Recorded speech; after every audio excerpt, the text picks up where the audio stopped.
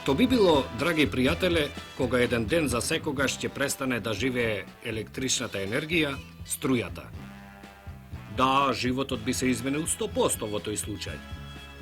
Ете да замислиме дека електричното коло е скинато, во нашата населба, селото или градот, немаме електрично осветлување. Нашиот дом, нашата улица, се околу нас ќе биде темно. Нормално ќе побараме помош во другите средства за осветлување, во свеќата, батеријата и слично. Но не е тоа. Светилката или лампионот и натаму ќе останат тажни, зашто со ништо друго не можат да се изменат. Таквата тажна приказна има и други тажни продолженија. Фрижидерот, електричниот шпорет, телевизорот или радиоприемникот без електрична енергија ќе ни ја откажат послушноста и за секогаш ќе се скараат со нас. Во тој случај и отпадот ќе нема доволно место за таквите електрични апарати. А надвор, што ли ќе стане надвор? Улицата ќе потемне и ќе се претвори во разни судари и вреви. Фабриката ќе ги стиши машините и ќе ги затвори портите за секогаш. Ќе затаат сите машини на електричен погон и во нашата средина ќе завладее необична тишина. И тоа не само ноќе, туку денонечно. Ваква тажна приказна сме слушале од нашите постари, нели? Приказна што вистински живеала многу давна, а се раскажувала и како вистина од неодамна, од тогаш кога се родила електричната енергија и од тогаш кога немало доволно електрична енергија.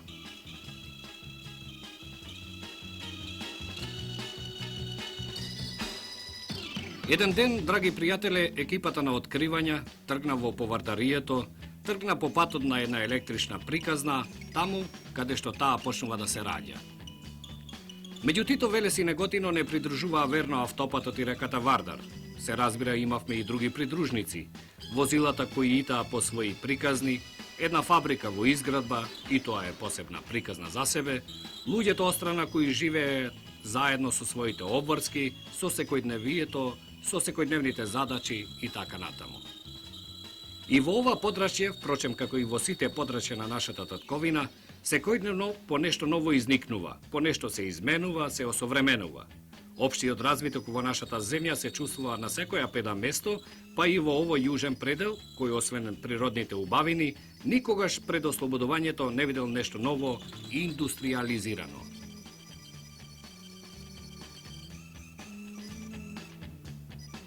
Ете така, со сите тие податоци стигнавме во Неготино, во тоа некогашно старо градче што се викало Антигона, во денешното современо Неготино со многу стопански објекти, со градски современ лик. Тука, во неговата близина, почнува таа наша денешна електрична приказна или уште поблиску до нејзиниот наслов термоелектрична приказна.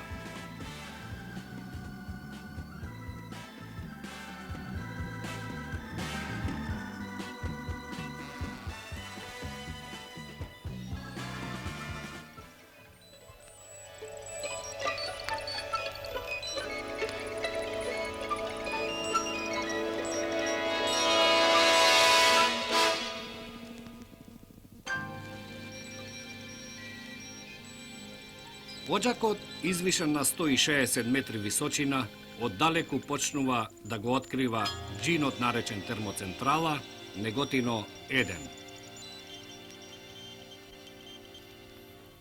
Колку повеќе се приближува посетителот до оваа најголема термоцентрала во Македонија, толку повеќе забележува дека таа сега представува едно огромно градилиште, на кое работеле или работат трудбеници од повеќе наши познати предпријатија.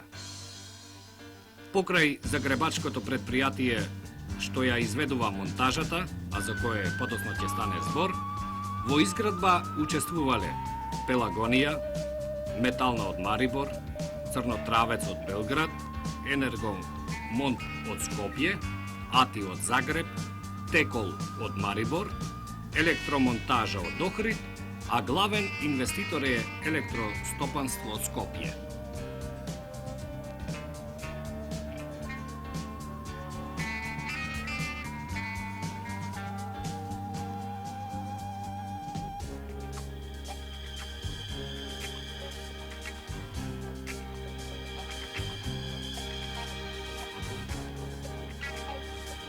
Термоцентралата, од друга страна, изгледа како малечко градче во изградба, кое секојдневно, дел по дел, се изградува и го добива својот вистински лик.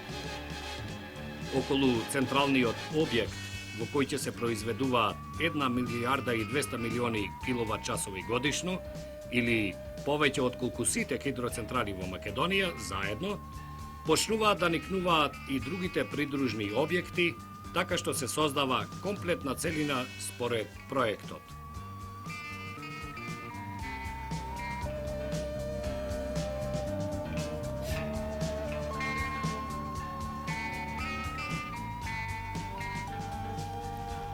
Бучно е овде. Брмчат моторите, со пламени јазици пиштат швајс апаратите, цвичат и се издигнуваат дигалките, рикаат болдужерите. И низ оваа најсовремена механизација работи и живее човекот. Тоа непобедливо суштество што го гради овој џин.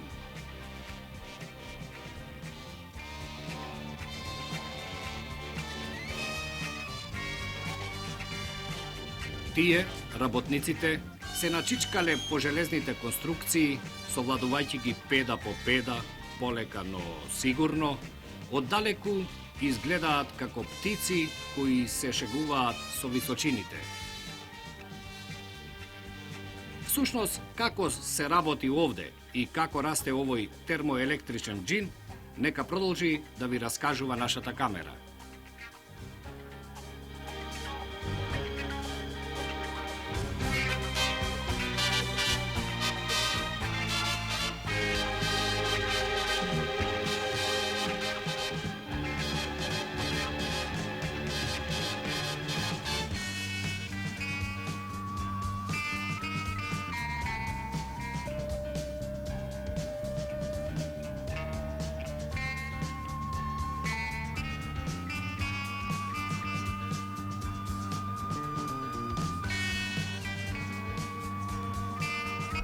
Но приказнава нека ја завршат, нека ни ја прераскажат самите градители на оваа термоцентрала.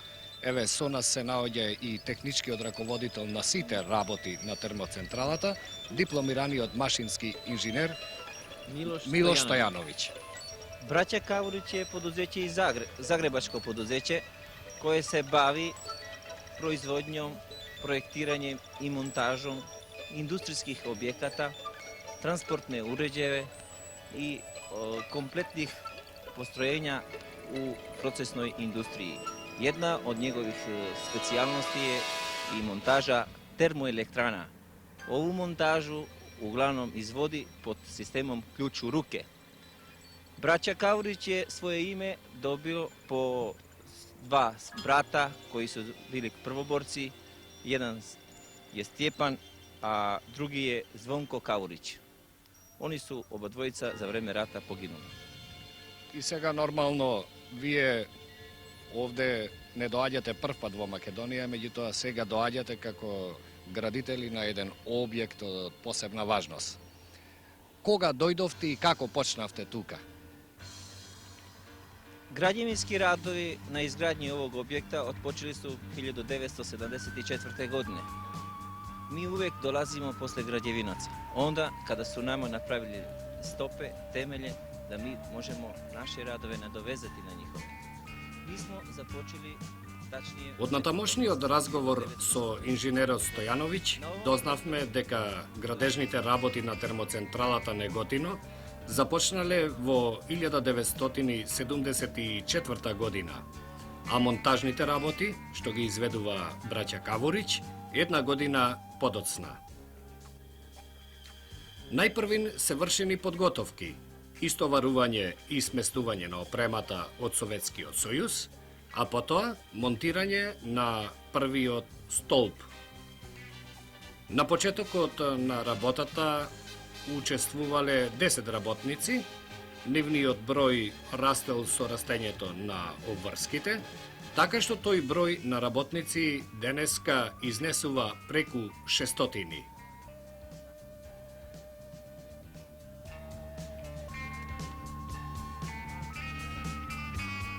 Го запрашавме и за специфичностите на монтажерската работа. Динамиката е основна специфичност, вели Стојановиќ и додава. Таа е присутна од почетокот па се до конечното завршување на објектот.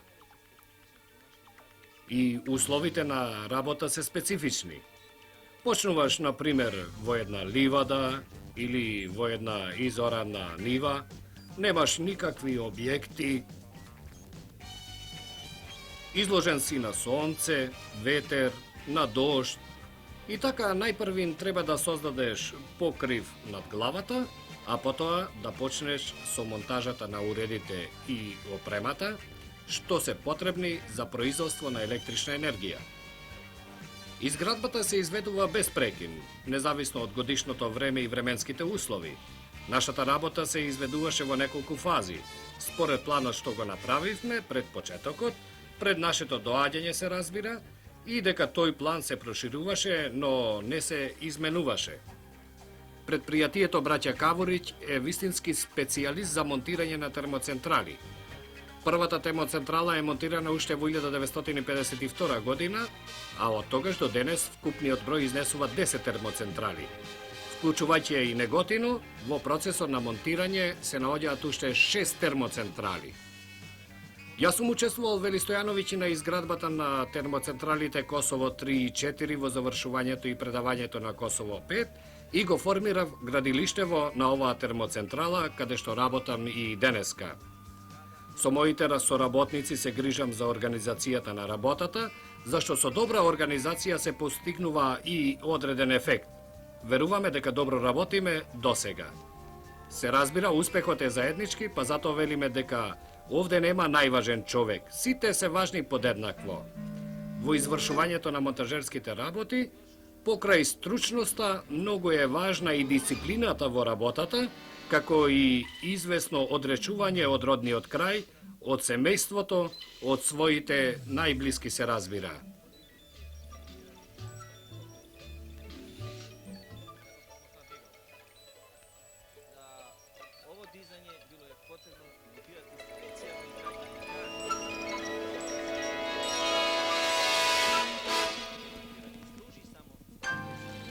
Ми го користимо на више места, jer mi u Jugoslaviji gradimo više termoelektrana, tako da on putuje od mjesta do mjesta.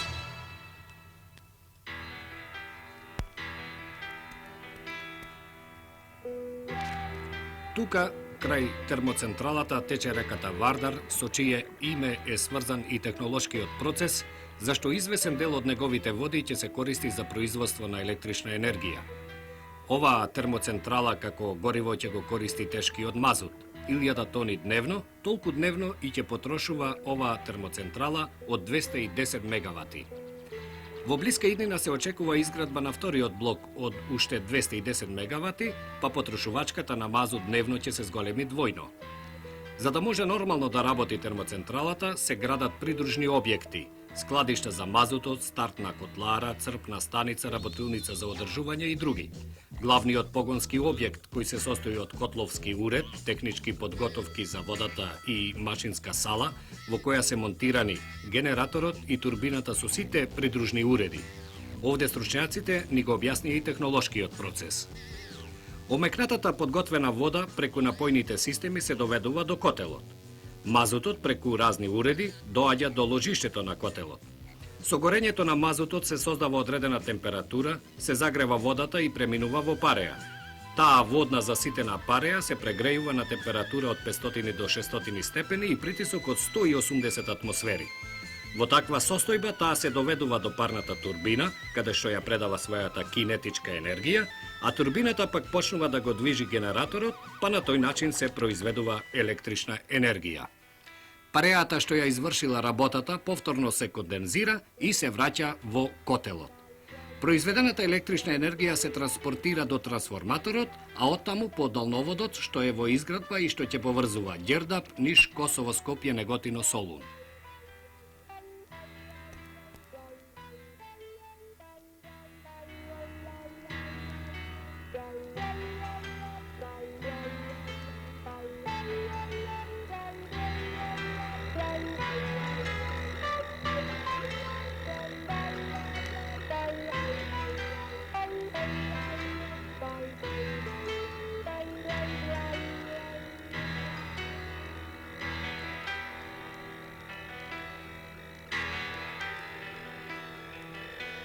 Еве сме и во машинската хала, во термоцентралата, тука е и шефот на машинската хала, дипломираниот машински инженер Киро Ристов, така ли? Што работите сега овде моментално и што е ова што го гледаме ние? Моментално сега ние работиме на центрирање на диафрагмите и брзо ќе пристапиме кон затварање на првиот цилиндар за низок притисок на турбината. После тоа идеме на средниот и висок и со тоа турбината веќе ќе биде при крај. После тоа турбината идеме на генераторот, спајање со генераторот и мислам дека тоа ќе биде едно од финишот. А што е најтешко овде да се направи, да се монтира? Па сега настапуваат фините работи. Иначе најтешките работи кои што онака како критични тачки веќе ги завршивме. Дигањето на кранот, дигањето на статорот на генератор кој што е тежок 220 тона и бара специјални припреми. Меѓутоа, ако е добра припремата, се добро се заврши и гледат дека сега ни е полесно. Може би мајсторската работа останува, али оваа тешката работа е завршена. Овде има ли нешто најважно и нешто, да речеме, споредно? Или се едно со друго се помага? Видите, ова е еден од главните погонски објекти. Најважна е турбината и генераторот. Сите другите се пратечи постројки. Меѓутоа исто и нивната важност, ако не се они добро направат, не може ни да функционира ни турбината добро. За да функционира турбината добро, потребно да е она добро смонтирана, а исто и сите овие помошни постројки што ја пратат неа. Нешто од вашето искуство, некое доживување посебно, еве досега во градбата на термоцентрала? Посебно доживување беше дигањето на статорот. 3 ноќи нон-стоп го дигавме, на крајот успеавме да го спуштиме, мада имаше проблеми при дигањето. Тоа е еден од што нема никаш да го заборавам. 220 тона да ги подигнам, не сум ни сонувал дека ќе можам да дигнам 220 тона. Али тоа се заедно со пословоѓата, заедно еве веќе годину и пол дана заедно со него работиме. И како ви оди вам работата веќе? Па, работа иде практички добро. Tu sa inženjerom rešavamo zajedno probleme, sve. Uglavnom nema i za sada puno, a ovo što ima uglavnom rešeno. Posao, kako vidite, složen. Vi од каде сте? Da, ja sam iz Hrvatskog Karlovca, iz Hrvatske. Вие прв пат доаѓате овде во Македонија? Da, prvi puta momentalno radim, ja inače nisam prvi put u Makedoniji. U ovome dijelu kraja jesam prvi put. Што мислите вие за ова термоцентрала? Pa ova termocentrala mislim da će biti jedna od čvornih tačaka rješenja. Inače za Elektro Makedoniju mislim da će biti stvarno jedan čvor i će se riješiti dosta stvari što se tiče same struje. Mislim da će biti puno toga riješeno. Jer ipak dosta je velik kapacitet. Во Хрватски Карловац, кои се од вашите останати? Мислам од семејството, имате семејство таму? Da, ja sam u Hrvatskom Karlovcu, tamo imam sestru udatu, a imam brata i baku i on ima normalno svoju porodicu. И колку време не сте ги виделе? Pa 2 godine nisam bio tamo. Воопшто? Uopšte. Ovde ste? Ne, ovdje kad sam jedinu godinu, a došao sam iz Kosova, gdje sam bio na Kosovu 5, mislim zadnje završenje, uključujući Kosovo 2, 3, 4 i 5.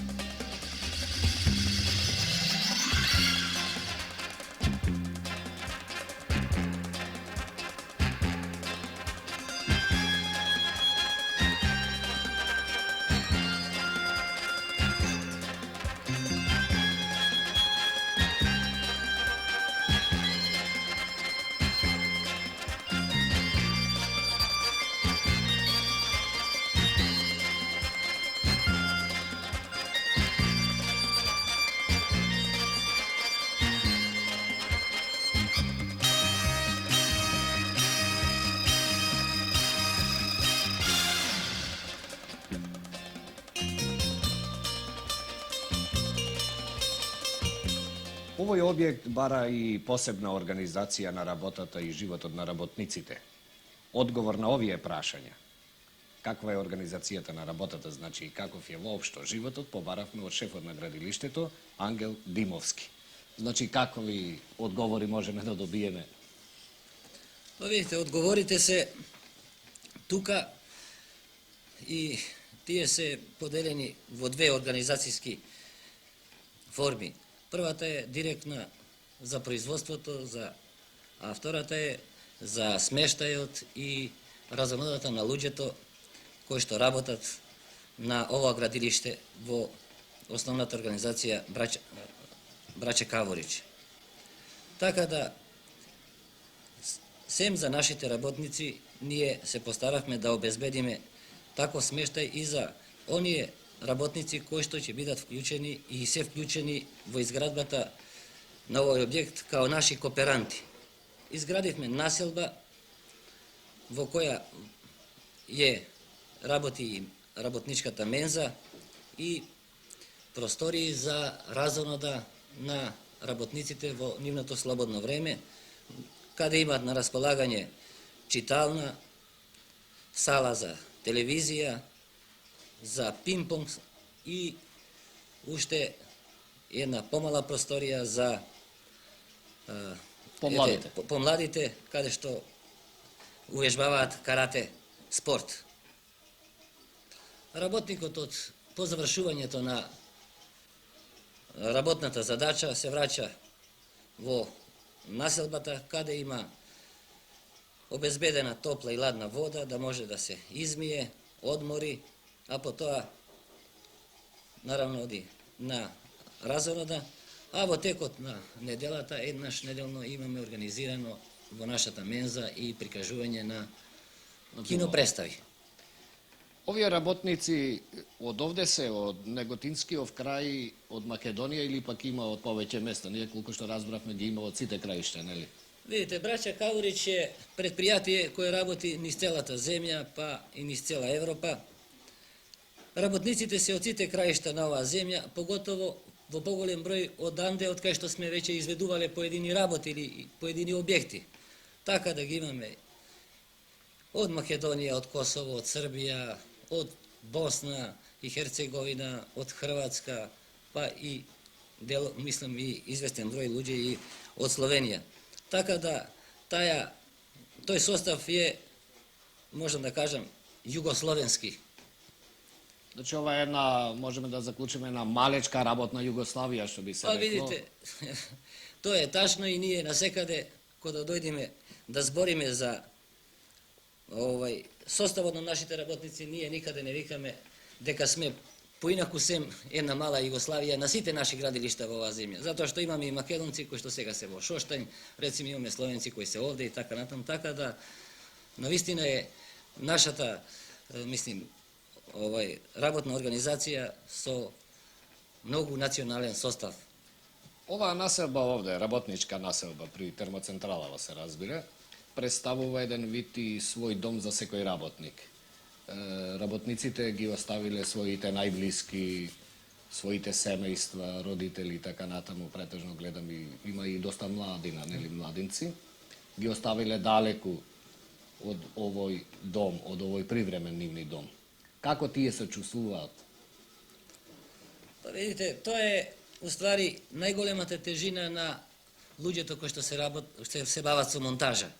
Затоа што работите не се завршуваат така брзо, они трајат по година, 2 и 3, и за тие луѓе и тие работници наши е најтешкиот дел од работата кој што имаат, затоа што се одвоени од своите породици. Меѓутоа, ние со една усилена работа во нормалното време и нешто со продолжена работа, и овозможуваме на нашите работници после неколку месеци да добијат малку повеќе слободни денови, така да може да ги видат своите родители и своите породици. Да, семејството најблиски.